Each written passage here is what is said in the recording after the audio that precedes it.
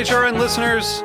As we celebrate our 15th year, we are deepening our commitment to giving voice to the next generation of food systems storytellers, and we need your help. Our internship and fellowship programs help activate new possibilities for underrepresented and underestimated young people through experiential journalism, audio engineering, and production training. Through these unique programs, HRN helps food equity stewards build essential workforce readiness skills that expand their potential and foster economic mobility. Please consider supporting these critical programs. And with a minimum donation, you can be entered to win a dinner for two at an amazing restaurant in one of 8 cities and tickets to a concert at a great venue in one of those cities. We have incredible partners across the country who have donated, as they also share our passion for helping to educate the next generation of food systems storytellers. Check out heritageradionetwork.org/15 to donate and enter to win today. That's heritageradionetwork.org/15 to donate and enter to win today. And make sure you donate before March 31st. Thank you. Hearst Ranch is a proud sponsor of the Heritage Radio Network. Learn more about Hearst Ranch at HearstRanch.com.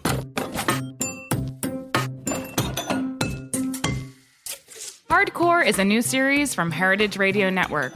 Over 6 episodes, we're taking a close look at the rebirth of American cider. Really, it wasn't until about 10 years ago that cider started to be revitalized in the United States. From the science of fermentation. So yeast, it's a fungus. It's a unicellular fungus. To the magic of terroir. What really excites us is thinking about communicating that very sort of spiritual aspect of knowing a piece of land. We're setting aside our cider donuts to gain a deeper understanding of this singular beverage. I love a cider donut. You don't have to have a cider donut with your cider, and I will die on that point. Subscribe to Hardcore wherever you listen to podcasts.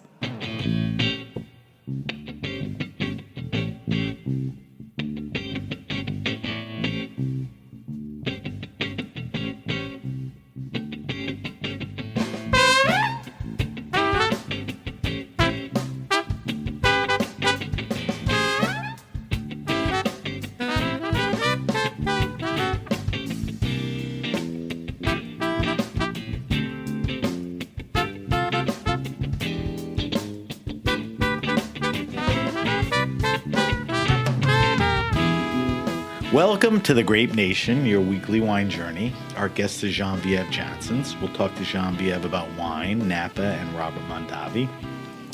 We'll taste a Cabernet Sauvignon Reserve and a Fumé Blanc for our weekly wine sip. I'm your host, Sam Ben-Ruby. Stay with us for the Grape Nation on the Heritage Radio Network. We bring wine to the people. Born to a French wine family in Morocco, Genevieve Janssens studied under the best wine minds in France.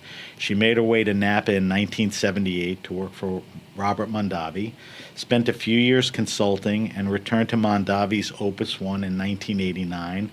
Genevieve returned to Robert Mondavi Winery as Director of Winemaking in 1997. Over 2 decades later, Genevieve still oversees wine as the chief winemaker. Genevieve is not only one of the great women in wine, but one of the great people in wine. Welcome to the show, Genevieve. Thank you, Sam. Was that intro accurate, I hope? Yes, it is. Okay. I want people to get an idea, because you have a very long, storied, rich history. I want you to give us a little background on your journey in life and wine that got you to, present, current, at Robert Mondavi Winery. Yes. So take it away. Of course. And I have to start with why I am in the wine industry. As I said, my family had vineyards and wineries, but my father was a very strong mentor, and he's the one who has inspired me to continue in studying winemaking and enology in Bordeaux. Of course, as an enologist who wanted to learn more, it was natural for me to travel in California as a tourist enologist. And of course, again, Mr. Mondavi was extremely known in France at that time, and I'm talking about 1976, 77. And he traveled all over the world, but mainly in Europe and mainly in France to get inspiration for his dream to open a winery in 1966. So going everywhere, going in chateau, going in best restaurant, tasting the best wines. So definitely he was known. But what is even better than that, he was bringing a lot of ideas of winemaking back to Napa Valley and improving them.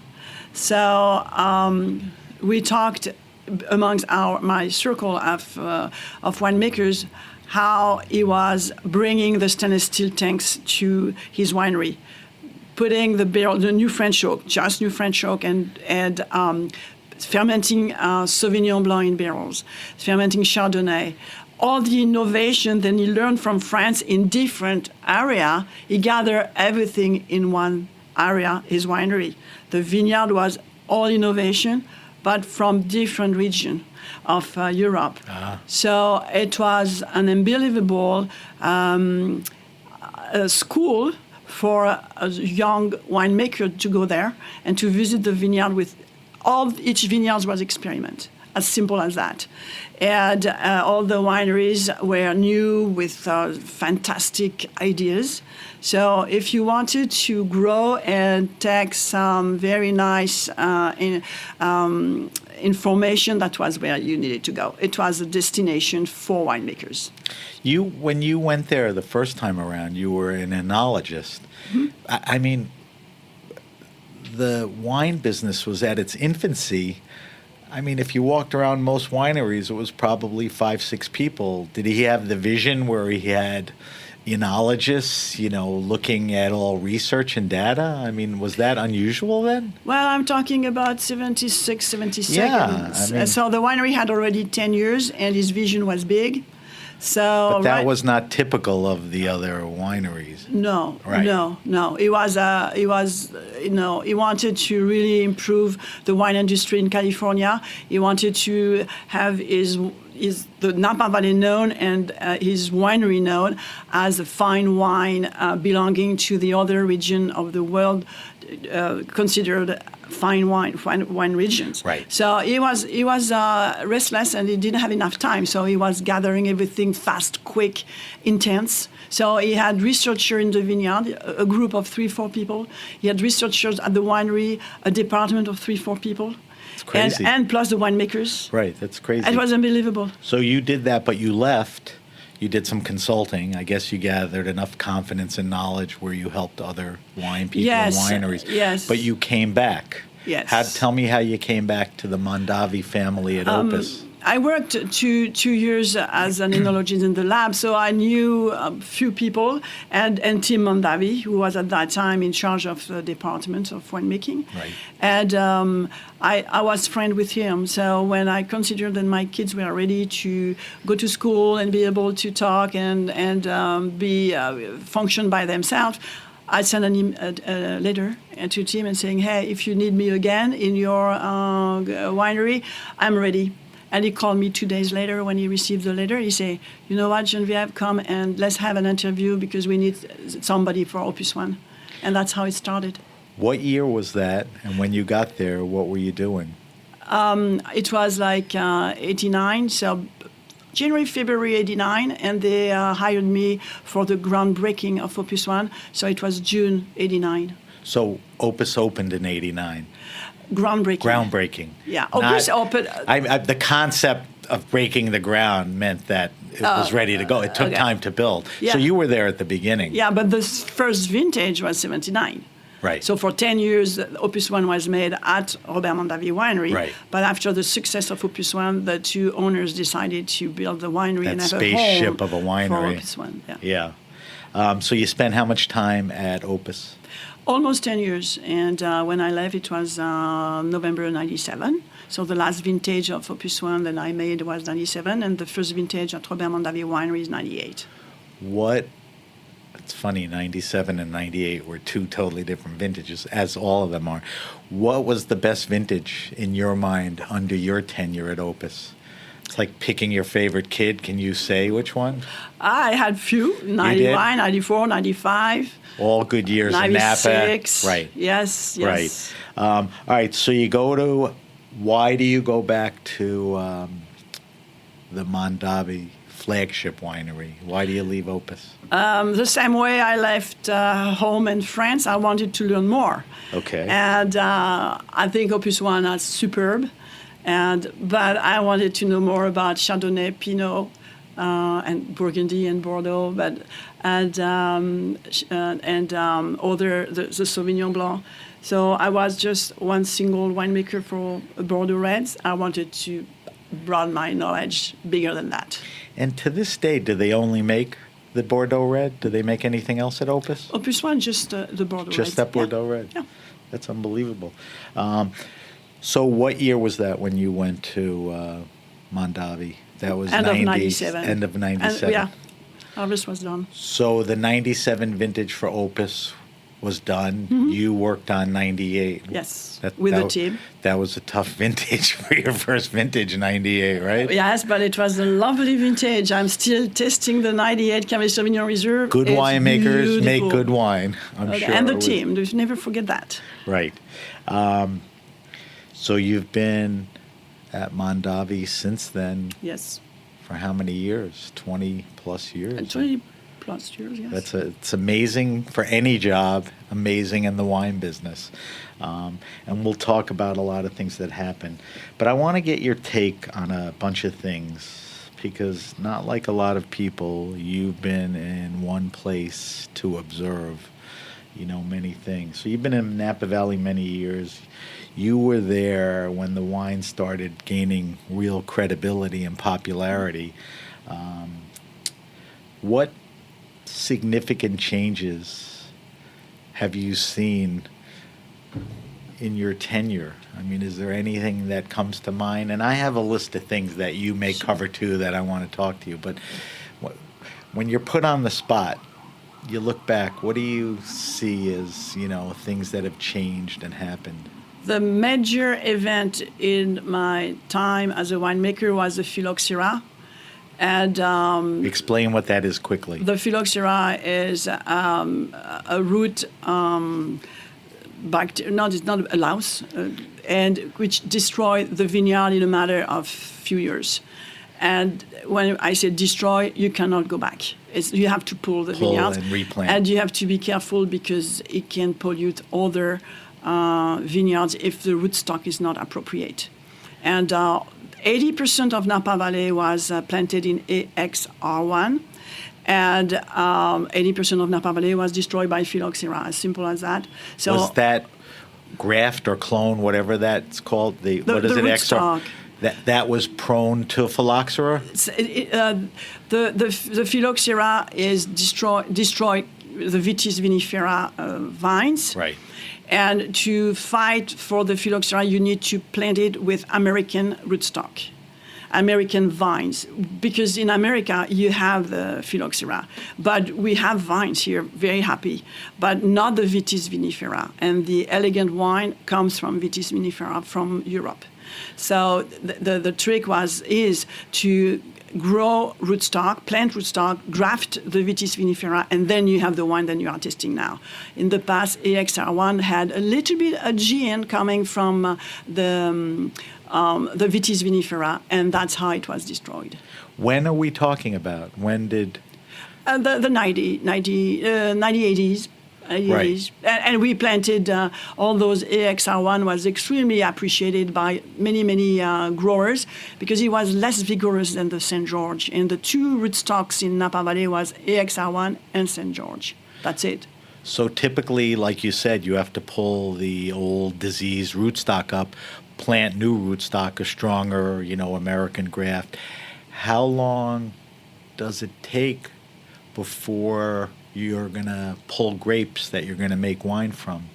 Usually for wine, it takes like 3 to 4 years, but it's not a great wine. Right. And if you really want a wine with the quality of your reserve, it takes 10 years, 7 to 10 years, depending on the soil. So it's a long process and very expensive. You have to be patient with that. let's talk about another natural phenomenon, climate change.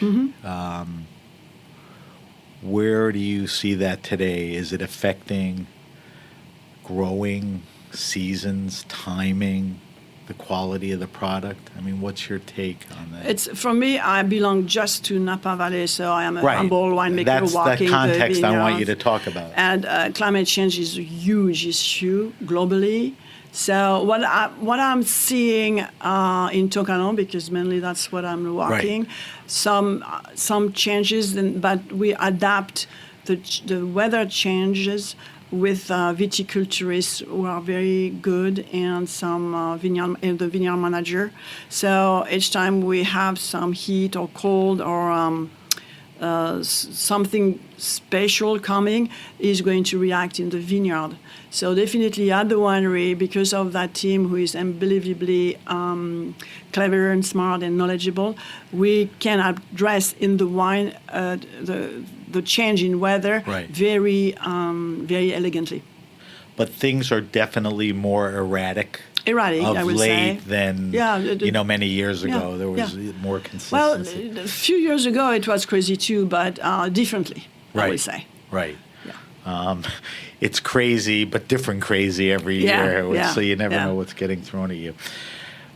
You've made a style of wine, that is elegant, bold, beautiful. I've seen this, and I want to know if you've seen it. Have you seen a movement towards restraint in winemaking through the years? Do you see people pulling back on styles with cabs and even big Pinot Noirs and all that? I think it's coming with the new generation.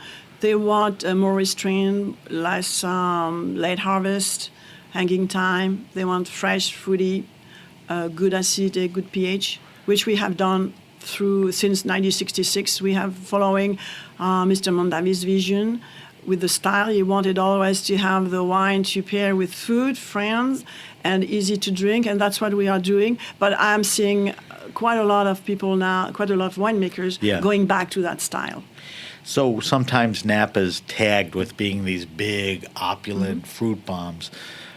Mondavi's vision, not to be confused, was not necessarily that type of wine. He was into more freshness, food-friendly, which is an important thing. What about, Napa also gets hit for this. The wines have become very pricey. We know why. I mean, we know the property is expensive and all of that. I mean, do you ever worry that wines in Napa will price themselves out, or your wines will, or you feel they compare with wines of similar pricing? Is that ever a concern? I think we need to understand the economy of Napa Valley. You said the price of the acres, but we have the price of the grapes going every year higher and higher. Overhead, pretty big, because we have a lot of people receiving the tourists, and we have so many, and the people working are getting more and more paid. Right. So there is quite a lot of overhead for the bottle of wine, and I think. Do I think that it's going to stop at one point? I have no idea, but I know that just right now, Napa Valley wines are very well appreciated at any price point. Right. So they compete because the property values, labor, that's your problem. I'll go somewhere else and find a wine equally as good for less money, but these are wines that will compete with anyone in your mind and, are world class. So in that sense, they're worth it. I want to ask you about your take on women in wine. Mm-hmm. I think women have been underserved in all areas, whether it's ownership, winemaking, sommeliers, wine distribution, all of that. Do you think today women currently are properly represented when you look around? Are there enough women in key positions? There are not enough women, but there is a movement which is going to bring the woman more in place. We will have more general manager. We will have more head winemakers.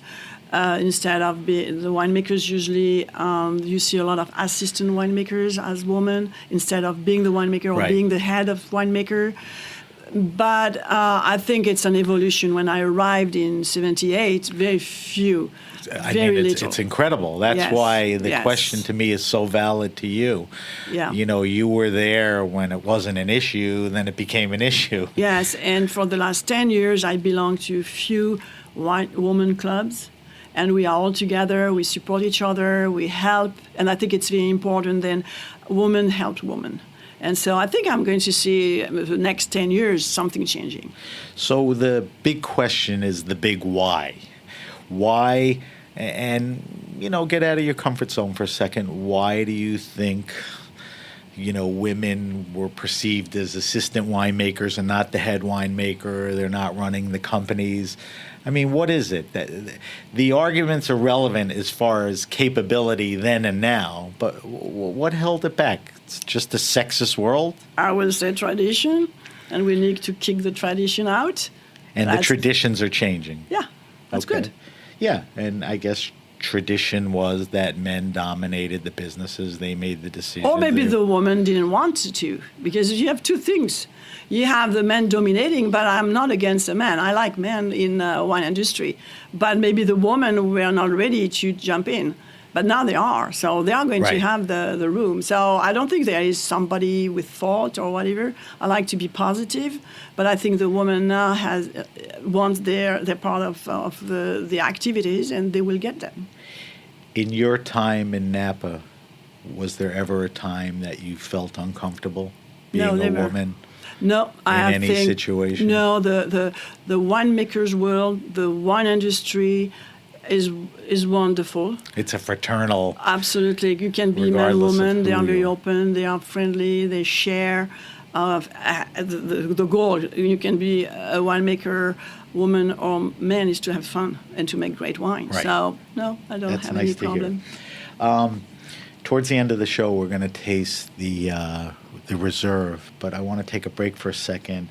And we have in front of us, you brought the Mondavi Napa Valley Fumé Blanc, and correct me if I'm wrong, but the real true specialty of the winery is Fumé Blanc, Chardonnay, and the red wines. And the Pinot, too. And the Pinot. Yes. This Fumé Blanc has been made at the winery almost from the beginning. Yes. Tell me what's in front of us. So we have an estate wine. We grow our own Sauvignon Blanc in two AVA of Napa Valley, Stag's Leap District and Oakville District in Tocalon. And so it is. We grow our own grapes. And Mr. Mondavi, when he started to call the Fumé Blanc in 1966, it was to change a little bit the perception of the Sauvignon Blanc at that time. And he crafted the name Fumé Blanc. But what's the history behind it? Why Fumé? Fumé because he visited the Loire Valley and that influenced him? Oh, yeah. And he wanted to, because it was a new winemaking, he needed to craft something totally different than what the other wineries were making as Sauvignon Blanc. And so Fumé Blanc means fermentation in barrels, means protection of the juice, means fresh, fruity, juicy, mouth-watering, and very floral. So it's all of that, and we are trying to capture in the bottle. So definitely it's a wine which was very, very close to his heart. Right. So this bottling, Robert Mondavi Winery, Napa Valley Fumé Blanc, this is a wine that's all estate-grown grapes, right? Yes, yes. Terrific. It's drinking very well, and it's a 2018. Yes. And I'm sure it could sit in the bottle for a few years, too. Oh, yes. And do well. It's very nice. Your dad, you were talking about him before, he preached quality to you, which is something I think you carried along. Plus, I saw somewhere you said you take a holistic approach towards wine and that's quality. That's Mr. Mondavi, the holistic approach, and that's why I'm in Napa Valley. Yeah. Explain what that means. You know, what Okay. is the approach? Okay, the approach is we make the end result of making wine to share with friends and family and everybody who enjoy wines. But you have to start at the beginning. So you start in the vineyard, you start having, it's all team oriented. And so we start with people. And then from the vineyard, and people have worked very hard full year, they go to the winery. And the winery, we have the team who is dedicated. So, and then after that, we bottle the wine, and we have the team bottling the wine. And then that wine will go magically on a table to embrace the family, the friendship, the joy of life, the good life. And that's what Mr. Mondavi taught me. So you were initially drawn to his philosophy. That is his philosophy? Yes. I mean, what you just explained is important to you. He practiced, preached it, and all of that. Yeah, and I loved it. Yeah. I still love it. I mean, every element. It's the vineyards, the cellar, the people, the finished product. Yeah, and the weather. And the weather. Mother Nature. Enjoying all of that. This, I know, is going to be a tough question to answer, but see if you could. It's not hard, but fondest memories of Mr. Mondavi. I mean, a moment that, you know, you still think about, you know, that resonates. And sometimes it's the little things, you know. I think I'm still very emotional when I talk about Mr. Mondavi and about how he was treating his employees. When he was always walking every day in his winery, and he was always stopping by each employee, asking how was the family, how that person was doing. So very close to his people, and then extremely generous. He was always giving us all the tools for research. And when we were making a mistake, he said, "I'm fine with your mistakes, but have you learned something? And I don't want you to do again that mistake." So all of that was great. And then he was so generous. And then I think he was a leader, so we always like to have a leader. And we talked about women in wine earlier. I mean, without missing a step, you know, he's had... Didn't a woman precede you? Mm-hmm. Yes. As a winemaker? Who was Yes. it? Zelma Long? Zelma Long, who I talked to her, and she was the one Right. to invite me to participate in the winery, to be included in the winery. Yeah.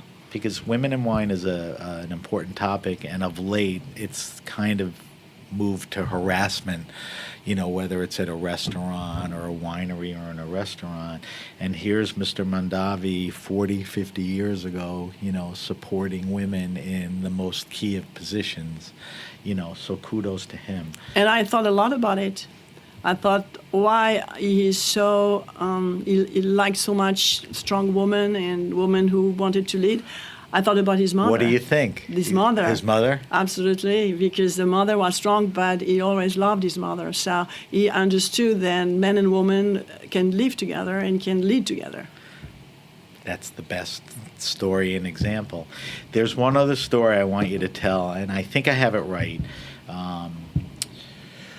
You were friends or met a woman in Europe that ran tours, Margaret, that, you know, I don't know if she brought you over, but you came over with her, and where the story went is unbelievable.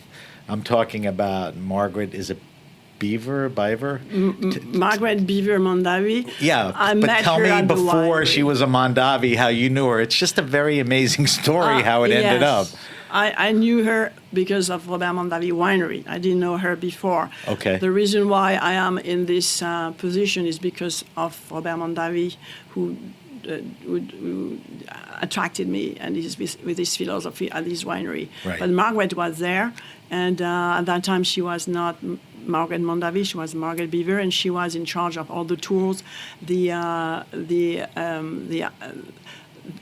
art, the music, everything which was At the touching winery. At the winery, and that's why that beautiful person could make the winery even more precious and more known. So I cannot separate Mr. Mondavi and Margaret Mondavi for the success of the winery, because they were completely complementary. So she brought the good food, good life, and he brought the marketing and the good wine. So that was perfect. And what did she do? She encouraged you to work there or come over there, or no, she was not touching the winemaking, but we were friends right away because we were speaking French together, joking Right. in French. So that's mainly a friendship. Right. And how soon after that did she marry Mr. Mondavi? I think she married Mr. Mondavi in 1990. Okay, let me think. No, yeah, maybe 1990. Yeah. Interesting. Yeah. How the whole thing comes together. Is there a time where, in your mind, let's say in Napa and with Cabernet in Napa, was there a time where things changed and, it became a modern style, or was that in the 2000s? Was that in the 90s, or did it ever happen? I think it's modern all the time, but definitely the new generation of winemakers, they like to explore on their own. That junior generation likes to invent, not to follow too many rules, and creativity is huge in that new generation. And I think I'll enjoy their creativity because it teaches me even more. Because for me, I had a very strict education, and I'm following that strict science.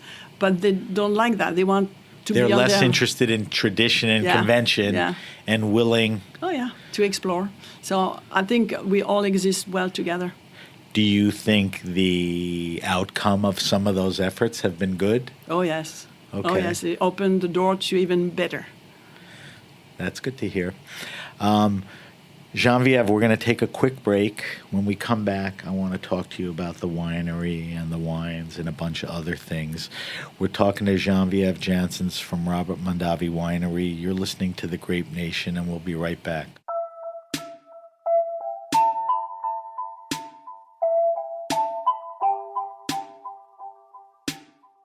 Hearst Ranch is a proud sponsor of the Heritage Radio Network. The Hearst family has been raising cattle on the rich, sustainable native grasslands of California's Central Coast for over 150 years.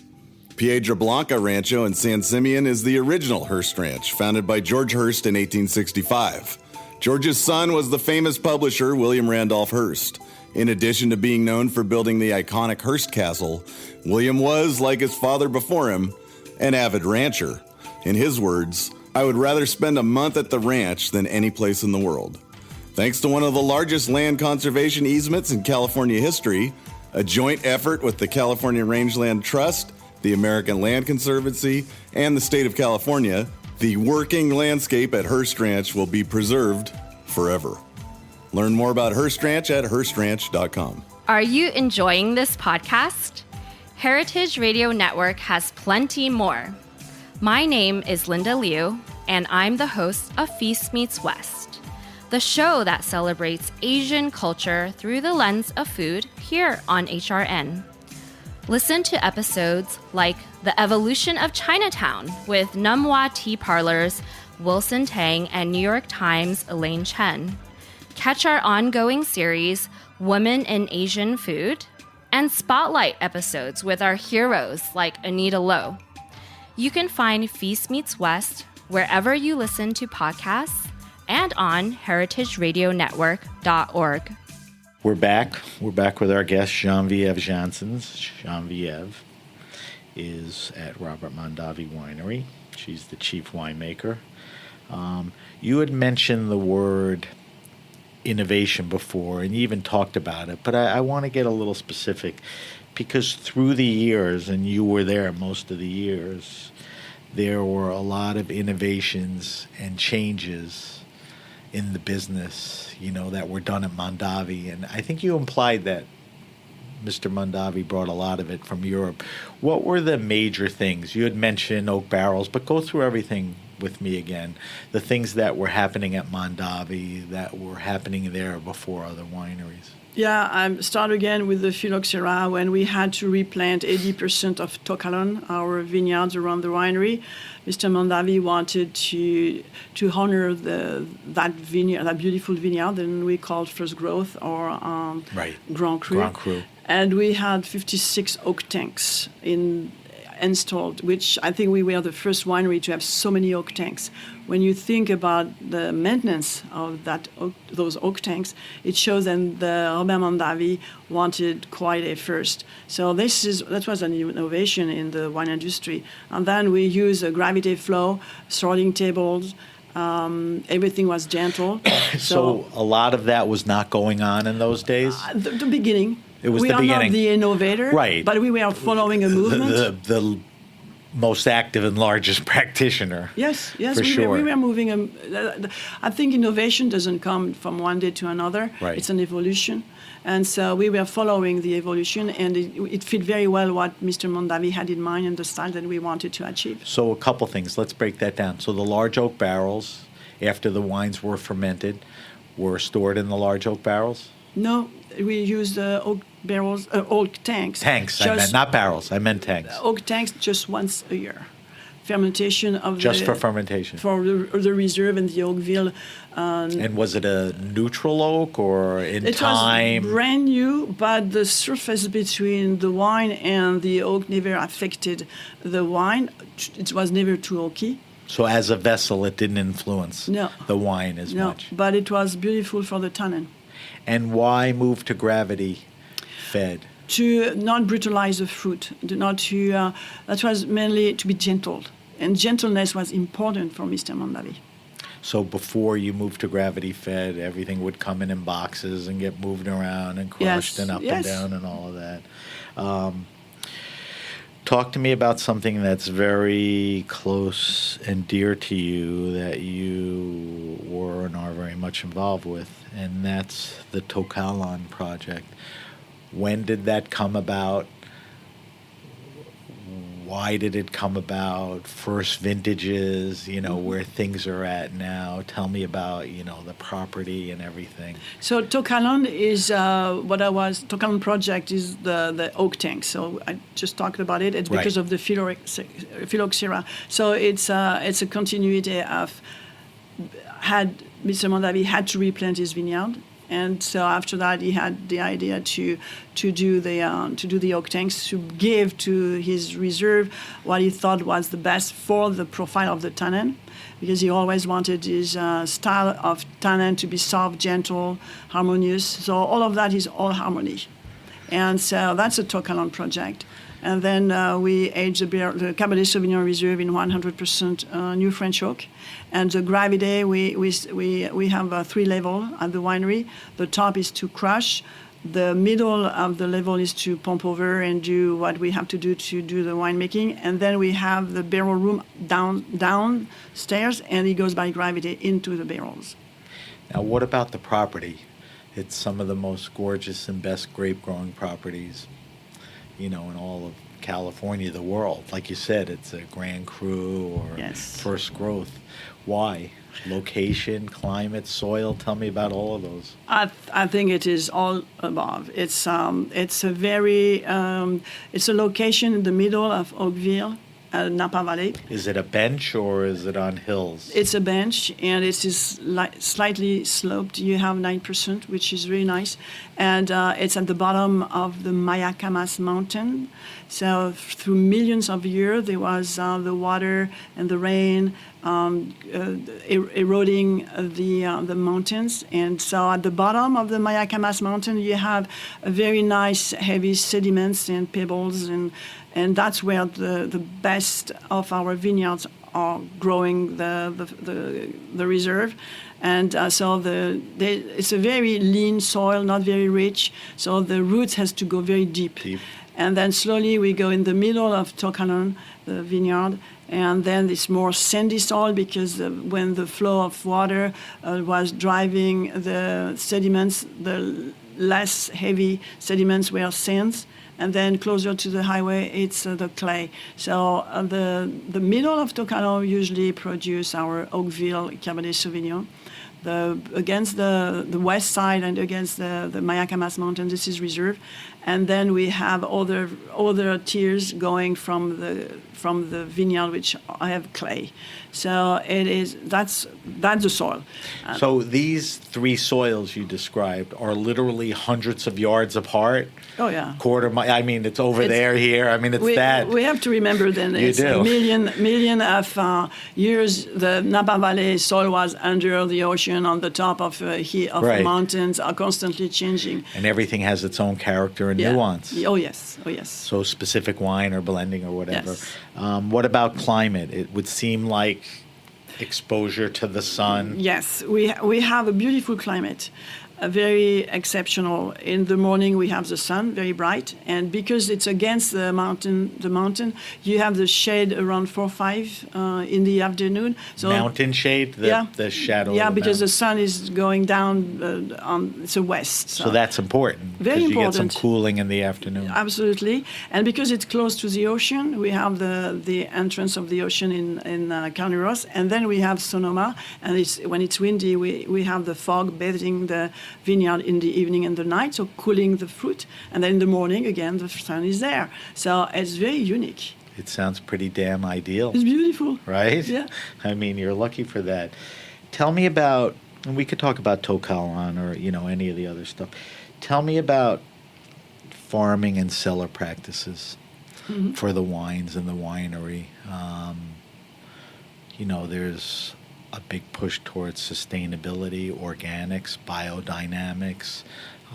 More and more people feel wines are made in the vineyard. There's very low intervention in the cellar, but that varies. Tell me what kind of practices.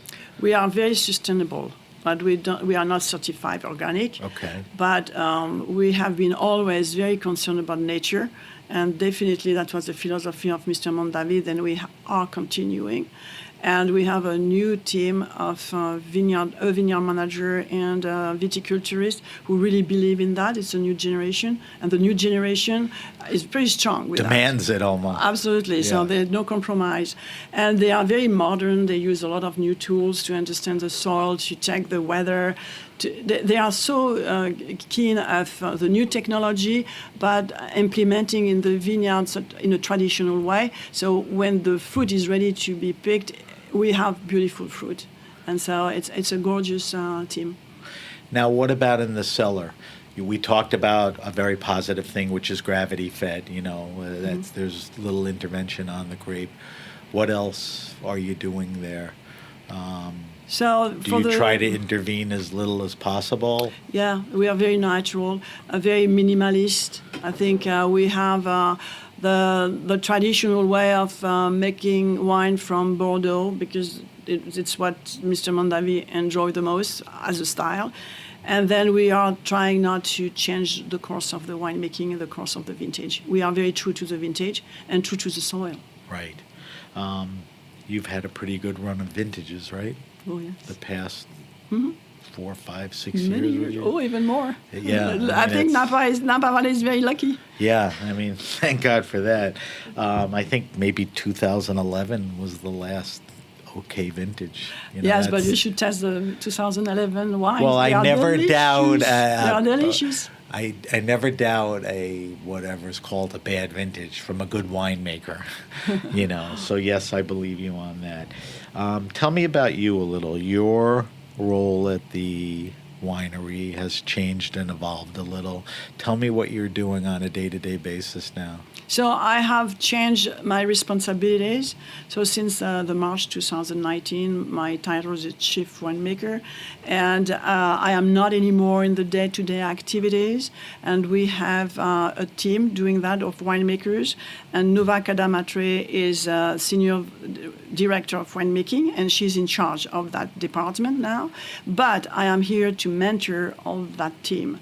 And I am there walking vineyards with them, explaining them what I have seen in the past, a lot of things in the continuity, vineyard. The history, and the experience. a lot in the tasting room, and a lot in fermentation.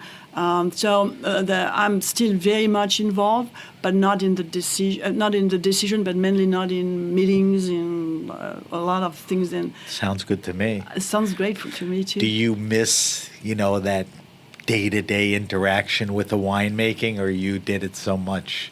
If I have to be really honest, I don't miss it. You don't? But I am enjoying now. So you're in a good place. I am in a good place, yes. Which is nice to hear. The other thing, and I can't help but asking you this, is, you've endured significant changes at the winery.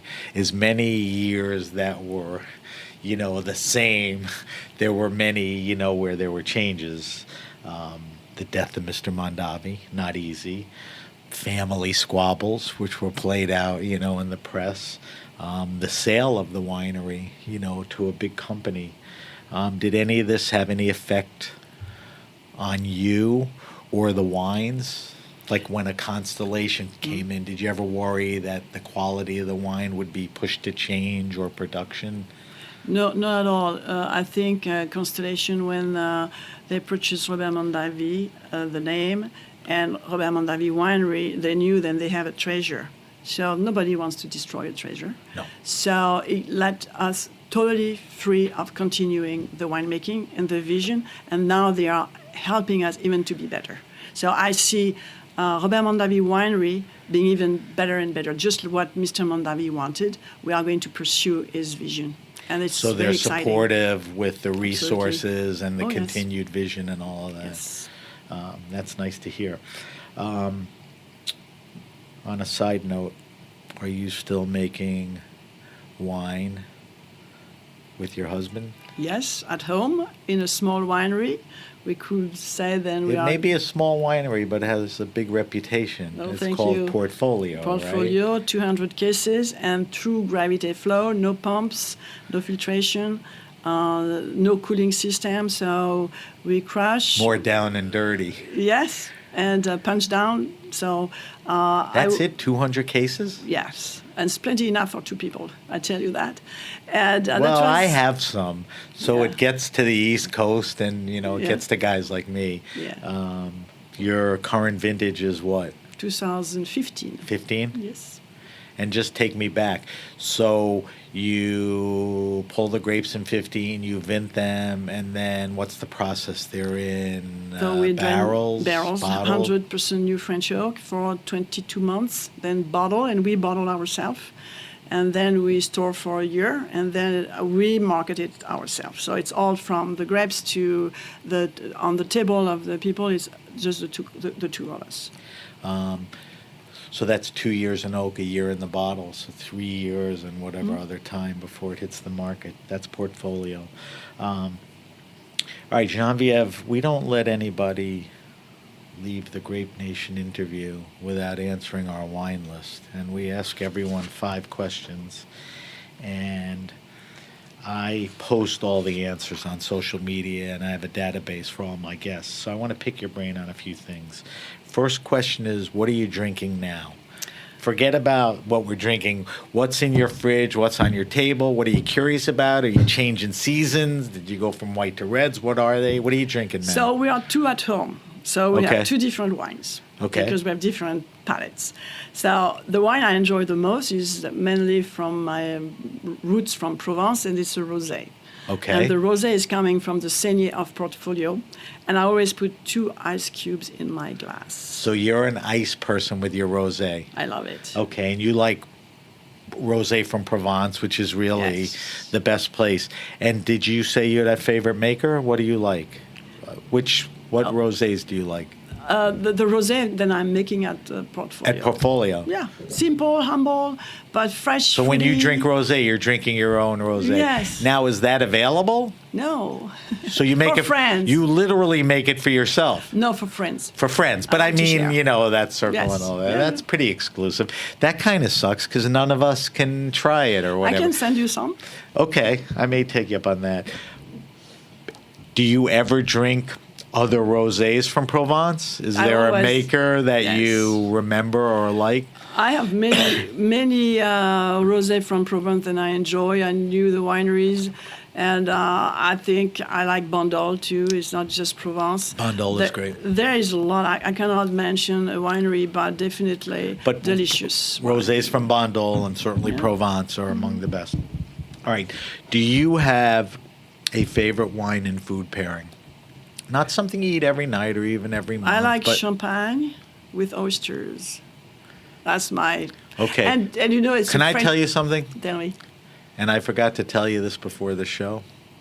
We have a rule that you cannot answer that question with champagne and oysters because that is the classic. And I agree with you, and you're right. And that's the easy answer, and it's the right answer. What's your second favorite wine and food pairing? Okay. Right, I'm twisting your arm. Okay. So a good steak on the barbecue, very juicy and rare. It's very important. I know where this is going. Good Cabernet Sauvignon. Like a Mondavi Reserve. Or portfolio. A great cut of meat and a great wine. And the husband to barbecue it because it's very good. Life is too short to drink crappy wine and eat crappy steaks. So that's a perfect one. All right. We ask our guests, do you have a favorite wine restaurant and/or bar? And the context is a place that does wine well, that's knowledgeable, that has an interesting list, that you enjoy going to. I don't want you to feel exclusive where you're leaving people out or whatever, but let's take Napa, where you spend most of your time. Are there any places that are just... Napa has so many good places. Give me a few. And we try not to always go to the same one. We try to explore because they're open like mushrooms. They go just everywhere. So you have Tor, you have so many... Angèle, you have steakhouse, you have, depending what you want to drink, it's all, and you have beautiful sushi restaurants. So depending of your mood, you have an Italian restaurant. So generally, because it's a wine-centric area, the wine service everywhere is very good. Yeah, and your different choice, at a sushi place than in an Italian place, but both interesting wines. You're saying. And you have Thai too restaurant. So it's very diverse, and depending of which bottle you want to take with you or friends, so it's a diversity is beautiful in Napa. Okay, favorite all-time wine. It used to be the question pointed towards the rarest and most expensive wine you had, but it's morphed more into a wine that's memorable, resonates, had an experience connected to it. What wine do you see like that? The inspiration has been always Chateau Cheval Blanc. Okay. It is something that heck of a wine. I dream to have every day on my table. Was there a time where you first tried it that it was so memorable and stuck with you? Do you remember? Well, I tried it when I was student because at that time we could go at the winery and they were pretty open for students. So we were testing and they were discussing with us their winemaking, mainly because we were students. And that's when I discovered that the Cabernet Franc was so special. And so now I'm pursuing that at Robert Mondavi Winery, and we are bottling a Cabernet Franc. And so I was going to ask you, why is it so interesting to you? It's the Cabernet Franc in there, right? Yeah. The Cheval Blanc. Yeah, because it's extremely soft, gentle, complex. So stop there and go backwards for a second. You're a Cabernet specialist, but you've blended wines. Describe to me again what Cabernet Franc, its characteristics and what it does when you blend it, what it adds. Okay, let's start by what the Cabernet Franc, a good Cabernet Franc should add to the Cabernet Sauvignon. It's refine the tannin, make it polished, make it very civilized, approachable, instead of big punch on your palate. It's going to be expanding the Cabernet Sauvignon in the entire palate. And then it's going to be very fragrant and very complex because Cabernet Franc is going to be on the borderline of being veggie but not veggie. But there's a vegetal aspect to it. And flirting That's with interesting, you. though. Yeah. A little of that. Complex, very complex. Complex. Of the 5 Bordeaux blend wines, it sounds like that's the most compelling or very interesting to you. Is that true to say that? Besides Yes. Cabernet Sauvignon? Yes. Okay. Yes. So, any particular vintage? I know all of them, but From Napa of the Valley? Cheval Blanc. No, Oh. from the Cheval Blanc. Go back to your favorite one. No, because it's not They're all- something that I drink all the time, unfortunately. But I think even a bad vintage will be good. That's my. Yeah. I have no This is problem probably with the that. fourth time I'll say it, but a good winemaker during a not great vintage is still a great wine. And Cheval Blanc, I'll drink, Any anything. vintages. Yeah, I'm with you Any on vintage, that. yeah. All right, last question, and this may be hard for you, but think about it. I ask all my guests to recommend the best wine around $15, $20, a red and a white, and here's the setup. Kristen can't afford $50 wines at a party, and she doesn't want to show up with $8 supermarket wines because they're no good. So she's going to a dinner, and she wants to spend about $15, $20. What should she bring? And like, you can give me a category like Muscadet for white, or what are the best values in red and white in your mind? Okay. Can I say that you go to Europe and you go to the humble wineries who make wine in a simple way, but in a very good way? So I will say you have so many choices. You have Italy, you have the southern France, or the Loire Valley, or Spain. So Loire or for Portugal. sure is making great wines. And you could have the Sicilian from Sicilian Sardinia. wine. So for red, Sicilians are great value. They're big, bold, beautiful wines. And you have pleasure. And the Loire Valley whites. Yes, yes. I think those are good answers. Thank you. Good job. Good job on the wine list. And like I said, I'm going to post those because people are very interested in what you're thinking and what you're drinking. So thank you for that. We always end the show with a segment called the Weekly Wine Sip. Every week we taste a different wine on air. This week it only made sense to taste your wines, and it's a treat because these are among the great California wines and wines of the world. So we are drinking, is it a 2016? Yes. Mondavi Reserve Tokalan. Okay. So tell me a little about this wine. It's Blend, It's a blend of a percentage of Cabernet Franc, and I think maybe 7% Cabernet Franc with 3% of Petit Verdot. I'm not totally sure about the percentage, but it's usually what we are doing. So the next after Cab Sauv is Petit. Yes. Cab Franc. Cabernet Franc. For sure. Always, it's in the DNA of our reserve since 1966. Always Cabernet Franc in our blend. And then Petit Verdot arrived in 1990 after the phylloxera, and we are always adding 1% to 3%, very rarely more than that. And the 2016 comes from a fantastic vintage that I adore. Why do you adore it? The weather? Because of the weather. Picking it's a drought. times? I think it's the weather. The weather. It's because it's the rain arrived a little bit in the spring, but it's a drought year.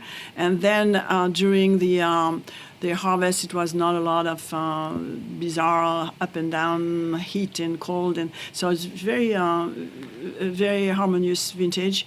And we ended up with something extremely with a lot of personality. The tannins are extremely present, but in a very soft way, and the fruit is beautiful. All right, so let's pick up the glass and Yes. help me evaluate Yes. it. So we always start with color. Yes. It's that typical deep, dark purple, not even brooding, because there's a teeny bit of lightness on the edge, but it's a beautiful, purple, typical color. Oh, yes. Yes, Okay. very dense. Now we go to nose. I need you to get your schnazola in there and give me some nose descriptors. Okay. What are we getting on the nose? So when I taste now, because it's a young wine, you smell the oak.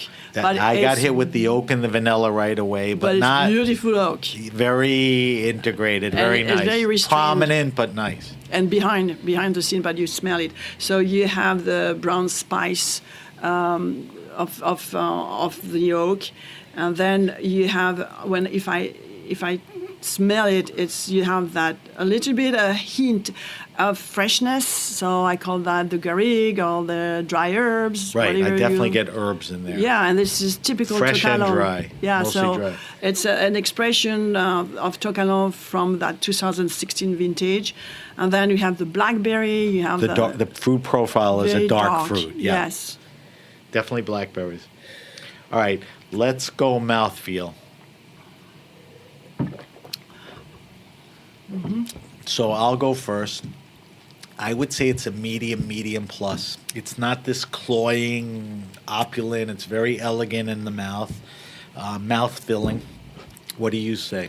I see that when I taste this wine, it's very engaging. So you have a very elegant entry, which is going to encourage you to continue it on the palate. And then you have a very elegant, again, middle. It's not hollow. You have the density in the middle, which when you have a middle, you always have a good length. And Yes. it's finishing extremely long and finishing extremely fresh. You have a little bit of minerality, which belongs to Tokalon. You don't have that everywhere. And you have a silkiness, and it's absolutely exquisite. Now, on the palate, are the descriptors on the palate similar to the nose? The oak and the vanilla, the Yeah, black, same thing? Do you get it's anything dark else on the fruit. palate? I have that freshness, and definitely the tannin are extremely evolved in the same time being fresh and young. The tannins are It's very fine. very fine. Yeah.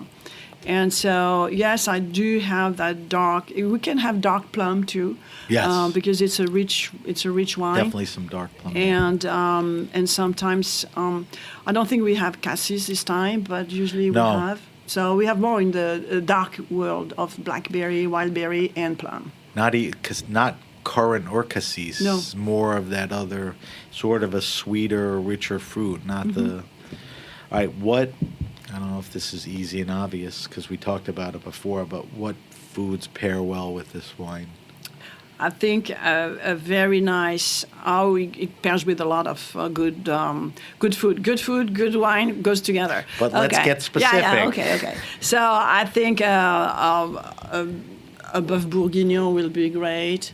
I think we can have any meat with some sauce, dark sauce will be great. Of course, the barbecue will be exquisite.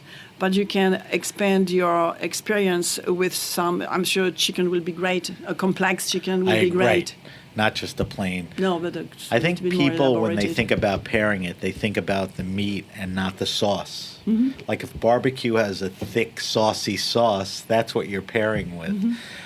If a chicken is well dressed, spicy or whatever, this can hold up to that. It will be delicious. Certainly, it would be good with a juicy hamburger and that steak we talked about before. Yes. All right, so this 2016 vintage, this is a damn good vintage. You're very happy with it. Absolutely. And this is available in the market now, Yes. right? Yes. All right, so that's the 2016 Robert Mondavi Winery Reserve Tokalon. This is, one of the iconic wines of wine, of Napa, of the winery, right? Last question, and then we got to wrap up. When did the reserves put Tokalon on the label? Was it always, or was there a time when... In the past, we did not have the name Tokalon. But were the grapes from Tokalon even though they weren't on the... Yeah, exactly. Okay. That's what I was trying to Yeah, get to. and then I think it's 2011. Then we had Tokalon on the label. Okay. All right. So like I said, that's the 2016 Mondavi Reserve Tokalon. Genevieve, we have to wrap up the show. That's an hour. It went quickly. It always goes quickly when you're having fun. If you have a question, suggestion, wine happening, or event, hit me up at sam@thegrapenation.com. That's sam@thegrapenation.com. Subscribe to the Grape Nation podcast on iTunes, Stitcher, Spotify, or wherever you get your pods.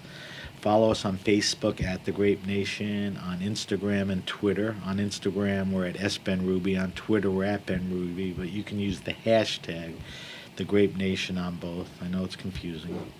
As I mentioned, we'll post Genevieve's wine list, answers, and I will post the wine we drank for our weekly wine sip.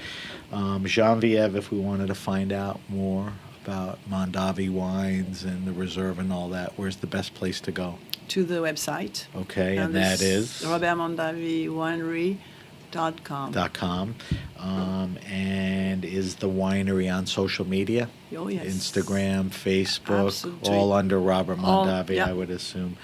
Do you have any social media accounts? Can we stalk or lurk you? I don't know. No, I don't. All right, if you do, I'll post them when I post everything else. All right, I want to thank our guest, Genevieve Janssens. Genevieve, as you heard, has been at the Robert Mondavi Winery for many years. I want to thank our engineer, Jeet, and everyone at the Heritage Radio Network. I'm Sam Ben Ruby, and you've been listening to The Grape Nation.